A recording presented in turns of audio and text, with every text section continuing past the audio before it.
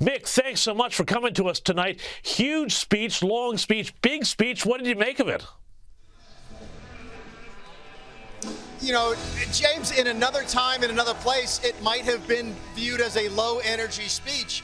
But I think what it was tonight was subdued. Clearly, this is a gentleman who has been changed by the near-death experience last week. He's a different man than I've known for the last 7 or 8 years. The message was strong. The message was a message of unity. Yeah, you heard some of the greatest hits. You heard some, things about the border and inflation and wars overseas and so forth. But there was a lot of emotion in this speech, a lot more emotion that you usually hear from Donald Trump. He let a lot of the other people here this week and tonight sort of do the red meat stuff. We had the bands before, we had the Hulk Hogan, the wrestler, but he focused mostly on trying to bring the party together, and in doing so, trying to bring the country together. The closing tonight of this speech was as emotional as I think I've ever seen him. And Mick, I just thought that it was really remarkable the way that he had that long discussion about what had happened there in Pennsylvania. I mean, that seemed quite genuine to me, his discussion about it, even if I think some critics said that maybe he was hamming it up a little bit. I mean, this is a guy who literally had a bullet whiz right past his ear, and if he hadn't turned at this particular second, we literally would not have been seeing him there. One of the fascinating things about the speech, James, was that when they handed out the print version of it, they emailed it actually, so it's a digital version, that entire section was missing. What it said was, Trump will now talk about this for the next few minutes. So he did not even put down in print what he was talking about on the stage. Very, very unusual for him when it comes to giving his speeches. The curious thing to watch now in the next couple of weeks is tonight he said he will never talk about it again. I'd be curious to see if he stays true to that. Yeah, and I was also, Mick, I think it was quite strong and moving, the point where he paid tribute to the firefighter who died at the rally. Let's just have a little quick look at a little bit of that. He was a highly respected former fire chief, respected by everybody. Was accompanied by his wife, Helen, incredible woman. I spoke to her today, devastated, and 2 precious daughters.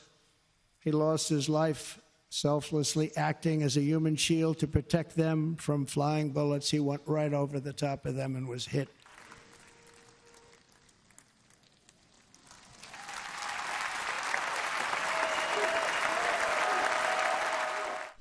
And Mick, what I was struck by in that was that he tried to unite everybody in the room and everybody in the party around the memory of this firefighter who died, in a sense, sort of bringing that experience to everybody else. Is that correct? It was, James. I don't know if you picked up on the line, but the one that really jumped out at me was a line I've never heard him use before, and I think it was right before he went over to hug the jacket. He said, I want to win for the whole country. Winning for just part of the country is not winning at all. I know I'm butchering that, but that was the juxt of what he was saying.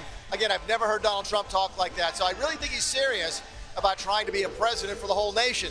That sounds sort of hackneyed. It sounds contrived. But again, I've never heard Donald Trump use that language until tonight.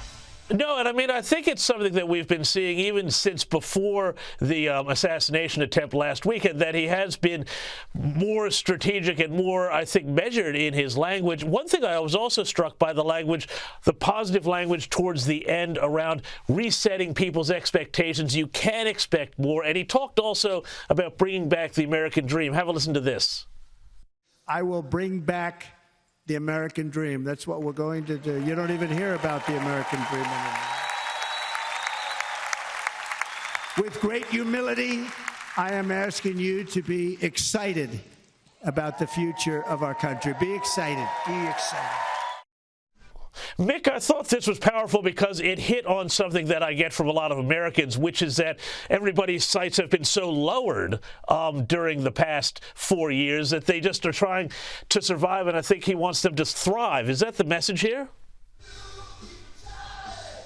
Yeah, the line, I think, was something along the lines of, the last few years you've been told to lower your expectations. I'm asking you to raise them. You deserve better. That is a very, very powerful line, especially coming out of COVID, coming out of inflation and so forth. Very powerful, positive message. Again, what was the point here tonight? Yeah, you had to talk to the party faithful. That's what these conventions are really about. but he's also reaching out to the 4 or 5 or 6% of the country that's undecided, folks that might like his policies but not sure they like him or not. He was quite likable tonight, and to the extent that Democrats want to try and make him out as a threat to democracy, the gentleman on the stage tonight was not a threat to democracy. The man tonight on the stage was trying to set himself up as a protector and a defender of democracy. Again, a dramatic change for him from some of his speeches before the incidents last week. And Mick, I mean, one of the things, too, was that there was a lot of talk about some of those enemies of democracy. He had a big whack at Democrats trying to weaponize the justice system. Have a listen to this. We must not criminalize dissent or demonize political disagreement, which is what's been happening in our country lately at a level that nobody has ever seen before. In that spirit, the Democrat Party should immediately stop weaponizing the justice system and labeling their political opponent as an enemy of democracy. Especially since that is not true. In fact, I am the one saving democracy for the people of our country.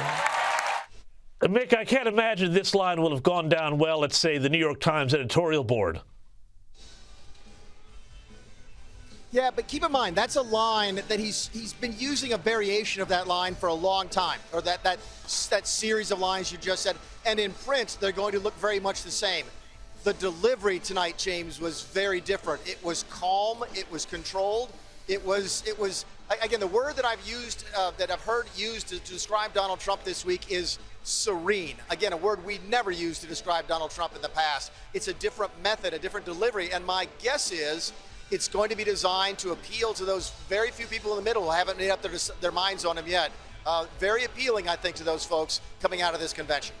Hey, Mick, I'm going to let you go in a minute, but before I do, I just want to ask you what you make of all of the mayhem in the Democrat Party, including these reports and counter-reports and leaks and counter-leaks that Joe Biden is and isn't going to wind up stepping down from the race, maybe as early as this weekend. What do you make of all of it?